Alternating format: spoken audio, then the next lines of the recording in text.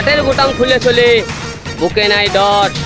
নাম আমার হিরো আলম, বগুড়ার থল।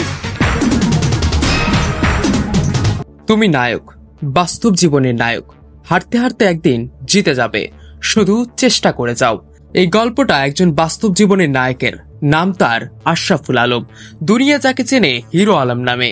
সে দেখতে হয়তো হিরো নয়, কিন্তু সে লড়েছে, ভেঙেছে নিয়ম, গড়েছে নিজের স্বপ্নের পৃথিবী। বগুড়ার এরুলিয়ার এক সাধারণ ছেলে। দারিদ্র্য ছিল তার ছায়ার মতো। একসময় মিলে চাল বিক্রি করতেন, কিন্তু সেখান থেকেই তিনি শুরু করেন তার ভিন্ন ধর্মী স্বপ্নযাত্রা। একটি মোবাইল ক্যামেরা দিয়ে ভিডিও তৈরি করে নিজেই গান গাইতেন, অভিনয় করতেন, লোকে হাসত, ট্রল করত, কিন্তু সে থামেনি। কারণ সে জানে নিজেকে প্রমাণ করতে হলে হাসির পাত্র হতে হয় প্রথমে। 2015 সালের দিকে সোশ্যাল মিডিয়ায় রাতারাতি ভাইরাল। কেউ বলেছে জোকার, কেউ বলেছে লজ্জা, কেউ আবার বলেছে সে আমাদেরই প্রতিবিম্ব, আমাদের সাহস। হাস্যরসের আড়ালে সে ছিল প্রতিবাদের কণ্ঠস্বর।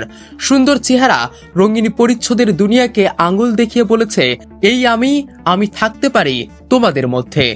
2017 সালে বড় পর্দায়, এরপর রাজনীতি, জাতীয় পার্টি, স্বতন্ত্র প্রার্থী, কংগ্রেস, বারবার চেষ্টা, কেউ সুযোগ দেয়নি, তবুও সে থামেনি।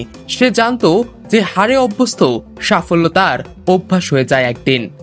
নজরুল রবীন্দ্রসঙ্গীত গাওয়ার জন্য তার বিরুদ্ধে ছিল মামলা, মোকদ্দমা, তিরস্কার।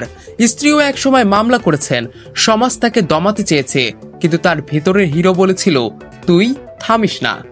আজ হিরো আলম শুধু একজন কন্টেন্ট ক্রিয়েটর নয়, সে সমাজের এক দর্পণ, যে বলে আমি হেরে যাই আবার জিতে যাই, কারণ আমি থেমে থাকি না।